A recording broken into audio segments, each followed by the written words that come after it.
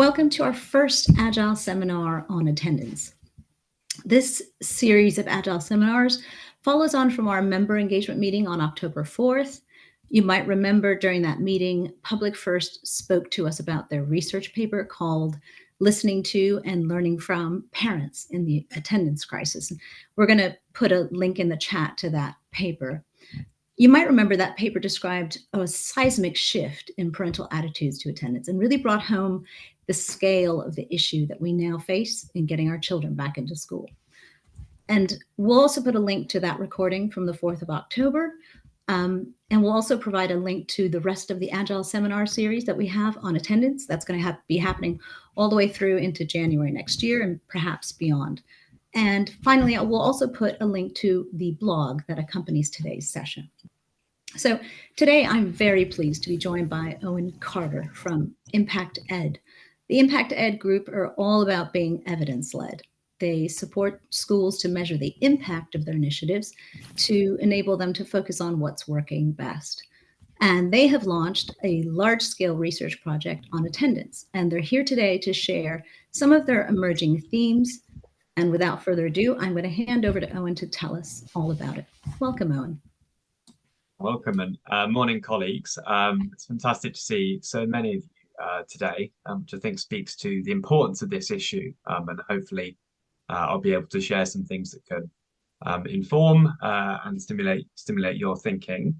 As Samira said, please do pop questions throughout as we go. And I'll be aiming to speak for about 20 or so minutes, and then have a chance for questions, discussion, and interaction. So as I'm speaking, please do store those up, and I hope to have a really rich dialogue with you all. Just as a bit of context then to our Understanding Attendance research project to start. So as Samira mentioned, so I'm Owen Carter. I'm one of the founders and managing director of ImpactEd, and I oversee our evaluation work, which supports schools and trusts to better understand and improve their impact.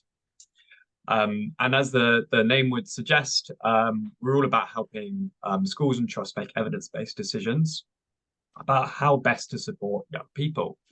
And our kind of mission as a social enterprise is really very straightforward, which is that, over the course of their time in education, pupils like Jamal receive support from a range of different sources, from targeted interventions through to different approaches to school improvement, through to teacher professional development.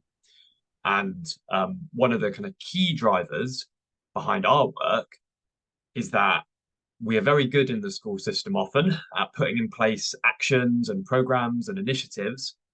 It is often much harder to stop and reflect on what's working, what isn't working, and really evaluate how we're doing so that we can focus our time and energy on the things that matter most. So we do a lot, but actually being really confident about impact is much harder. We do that through hands-on partnership with schools and trusts, and through a digital platform which aims to make some of the systems and processes around monitoring and evaluation easier, straightforward, more effective. And what I'm going to talk to you about today is our Understanding Attendance project, which is a national research project open to all schools and trusts in England. And I very much hope some of you might be interested in joining the project after this session. But the drivers of that project are really straightforward, which is to say that clearly all colleagues in this meeting will have seen the challenges in persistent absence, the negative trends in pupil attendance over the course of the last 2 academic years. But what has been much harder is getting beneath the surface of that data. Actually, how can we understand what's driving attendance challenges in our setting? And so the Understanding Attendance project we set up as a national research project that is really designed to address that specific problem. And it's a project that we're running in 2 phases. The first phase is around supporting schools and trusts to do a better diagnosis and analysis of the drivers of attendance in their setting. And specifically, we've worked with an academic research team to look at some of the social, emotional, cognitive factors that are most associated with a child's likelihood of attending school. So that includes things that in some ways probably aren't particularly surprising. So things like a child's sense of school involvement and engagement, their engagement during lessons, factors around people well-being and anxiety. And we've identified a series of research-backed kind of questionnaire tools and other measures which have been shown to be robustly correlated with a child's likelihood of attending school. So as part of the project, we're supporting schools to use that attendance diagnostic in their setting to understand what drivers of attendance are most important for them, and then to act on that data, facilitated by our digital platform, which helps them interpret findings from that diagnostic. And then as we move into the second phase of the project, the thing we are really keen to focus on is how can we then use that to suggest evidence-based strategies and approaches that can be used to support effective action around attendance. So that's just a bit about the kind of context of the project and where we're coming from and what's generating the data that I'm going to talk about today. And there are three key things that I'm hoping to cover. The first is to give a sense of some of our emerging findings around attendance and what's driving it.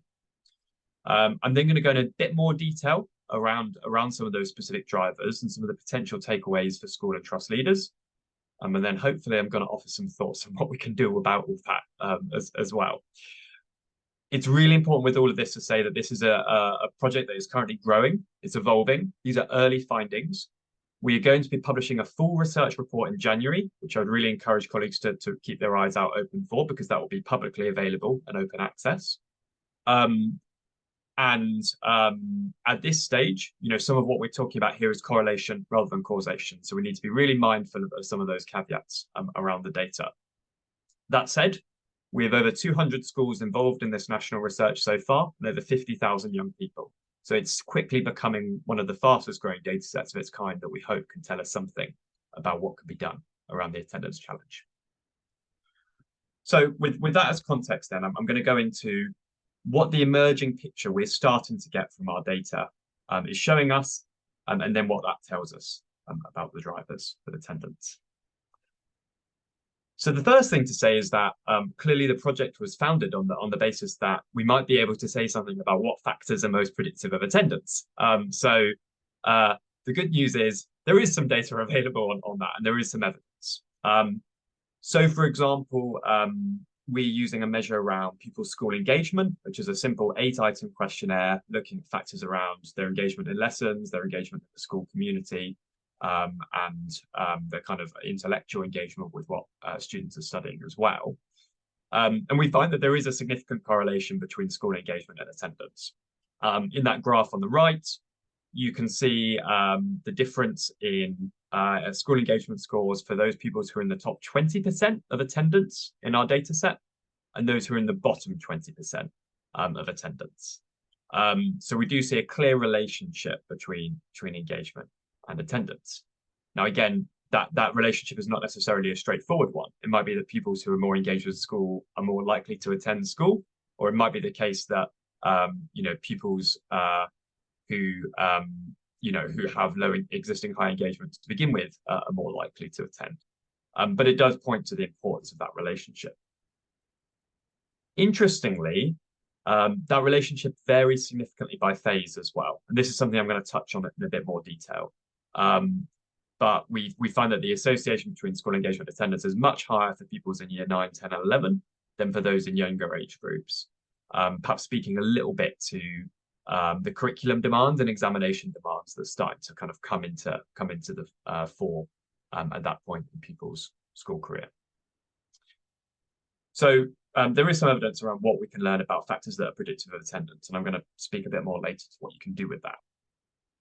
It's also really important to stress with all of this that this is not just a challenge for schools alone. Schools are part of a kind of wider ecosystem. So there are 2 specific questions that we ask young people about if they consider that their teachers care when they miss school, and if they consider that their parents or guardians care when they miss school. I mean, the yellow is the response for pupils believing their teachers care when they miss school, and then the right is on the blue is parents and guardians caring when they miss school. And again, you'll see in these different groups, we group it all by these attendance quintiles. So on the left-hand side of the graph are pupils who are in the top 20% of school attendance in our cohort, and on the right-hand side pupils in the bottom 20% of school attendance in our cohort. So we see, for example, that pupils' perception of whether or not their parents care about them attending school is significantly correlated with attendance, and actually much more strongly correlated than their perception of whether or not their teachers care about whether they attend school. So again, might not be hugely surprising, but I think really kind of reinstates the purpose that this is not just something that kind of stops and starts at the school gates, as colleagues will be well aware, but that parental driver is absolutely essential. The final thing that I'll stress just before we move on to a bit more detail about some of the drivers of attendance and what you can take away from that is just to reinforce that what drives absence is not the same everywhere. So what I'm not going to give you in this seminar is a bunch of tick list strategies that tell you about what you can do to address attendance that you can just replicate. Context really matters with this stuff. So just 3 illustrative quotes from schools that are participating in the project that I think shed light on that. In some settings, the drivers of attendance are around, frankly, some of the practical infrastructure of getting to schools. You know, if children aren't ready in the morning, well, the next bus doesn't come for another 2 hours. So you can more or less kind of write them off attending school. We've also heard a lot about within school attendance as well. So maybe you can get them past the school gates, but actually ensuring that they attend lessons while at school is another challenge. And really interestingly, and this is a kind of pervasive theme in our research, that the pandemic has highlighted existing issues there were with school engagement. So there is a kind of broader cultural issue around, well, some of the interventions that seem to work pre-pandemic just aren't sticking in the same way. So that piece around parental factors, that piece around understanding that the drivers are not going to be the same everywhere, but that we do see some data on what effective drivers of attendance are, and our data is kind of all important context. So I'm now going to focus a little bit on what we can learn from our data around the factors that are most important for influencing attendance, and then spend a bit of time talking about the implications that might have for the sorts of strategies and approaches that you might want to consider. As mentioned, we survey pupils on a range of different factors around well-being, anxiety, school engagement, and so on. Across all of those factors, the single one that is most associated with a child's likelihood of attending school is around sense of belonging. So there is a statistically significant association between people's sense of belonging to a school and their likelihood of attending. And just to put that in some context, those with the top 20% of school attendance scored about 9 percentage points higher on this scale around belonging that we're using than those in the lowest 20% of school attendance. So if you had to focus on just one thing, actually that sense of community in school, that sense of being part of the school environment is probably the single biggest thing that our data suggests so far that you may want to be thinking about. There's also interesting variation by pupil demographic groups here as well. So for example, girls consistently reported a lower sense of belonging than boys. And girls were also more likely to miss school if they felt that they didn't feel part of the school community. So there is some evidence to suggest that this may be a particularly pronounced issue for females, which is one to consider. So belonging. That's something that we should really be thinking about. Kind of building on that point around culture and how we can create school as a positive environment. There is also some interesting data about kind of the perception of sanctions and consequences that emerges from our data. So looking specifically at that pupil cohort that are in the bottom 20% of attendance in our data set, we asked them 2 questions. We asked them if they feel like they're a real part of the school, and we asked them if they feel like there are consequences if they skip lessons. And for that pupil cohort, we found that on average, their response was 2.88 out of 5 on a 5-point scale, where 5 is strongly agree, 1 is strongly disagree, to the question of feeling like a real part of the school. But interestingly, that they very strongly agreed that there were consequences if they skipped lessons, which would seem to indicate that the challenge although it's really important in many contexts to have that, consistency around what some of the consequences are if not attending. Again, our data would seem to suggest it's not so much awareness of the sanctions or negative consequences that is the issue. Actually, it's something much more profound around the culture of belonging in a school and the culture of feeling part of the school. So culture alongside some of the basics around sanctions and consequences, I think is really, really important. There's then really interesting findings when you drill into some of the specific groups. And on average, one sees in the national data, the secondary school attendance is lower than primary school attendance. But there are some important nuances within that. So this is data just from the last few weeks on, as I said, the schools that are involved in our sample, split by year group, that's across the top. So we've got years 5 to 10 here at the moment. And then split by the percentage of students in that cohort who are either 100% attending during that time period, 90% to 99% attending during that time period, 50 to 89%, or under 50%.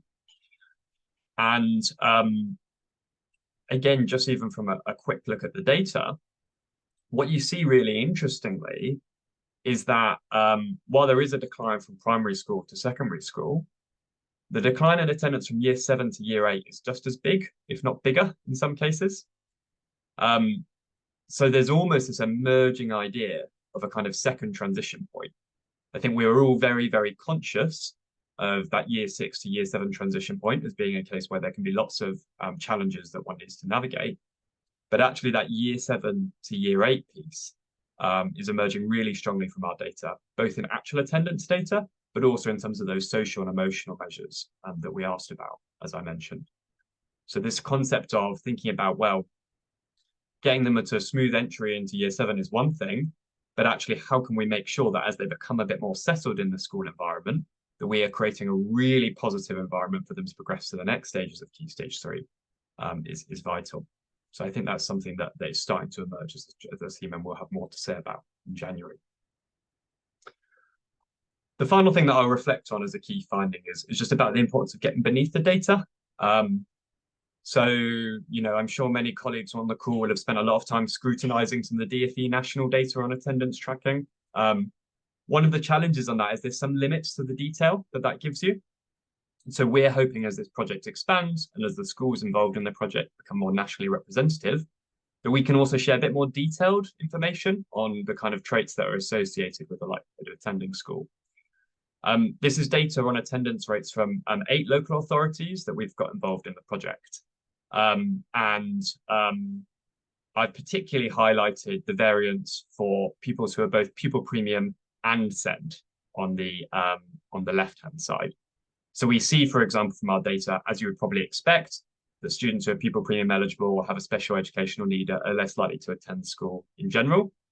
But it's actually the intersection of both those characteristics that is particularly important, i.e. the students who are both PP and SEND are disproportionately likely to be very low attending. So really thinking not just about, some of the kind of in isolation, the traditional categories of disadvantage we might use, but thinking about intersectionality, thinking about risk factors and developing that understanding in your school context is really, really important.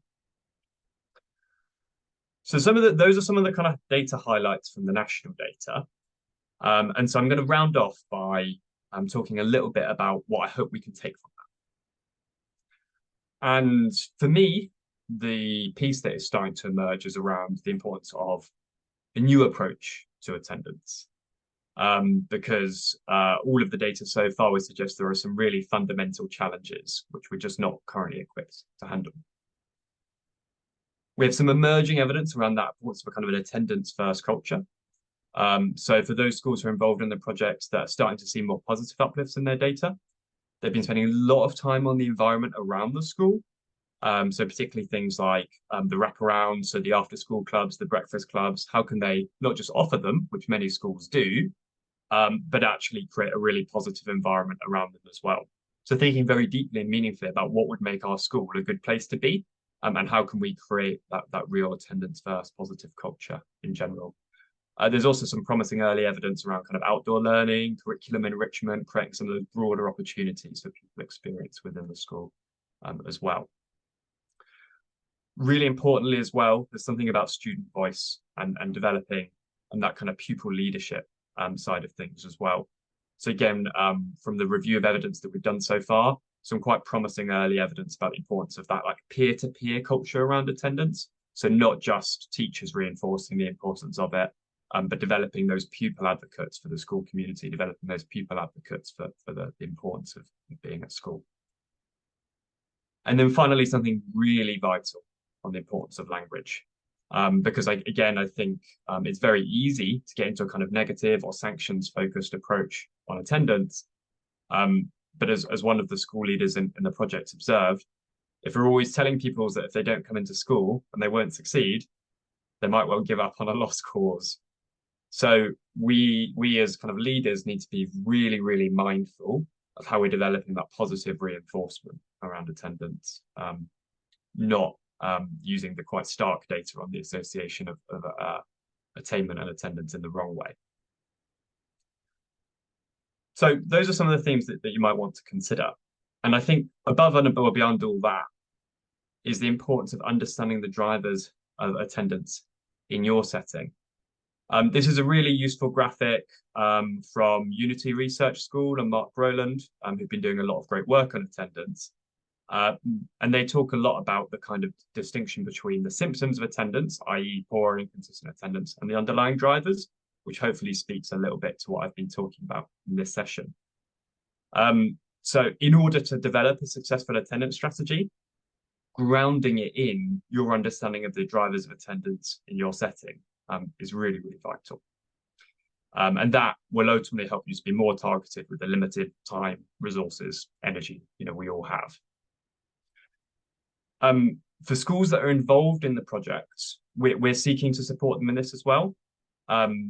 We're trying to make sure that this Understanding Attendance Research project is not just an abstract piece of research for the benefit of the system, but actually benefits participating schools and participating trusts.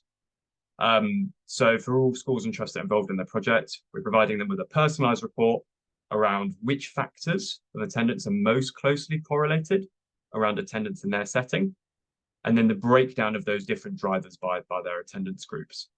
And this table on the left is just a very simple correlation of the different factors that influenced attendance in one trust that we're working with. And each row is a school. And what we see from our data again and again and again is, while there are some overriding themes around the importance of belonging, the importance of engagement, actually the drivers vary a lot from school to school.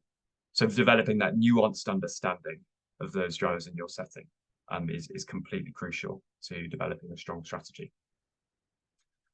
And if you do that right, hopefully there's three things that can do.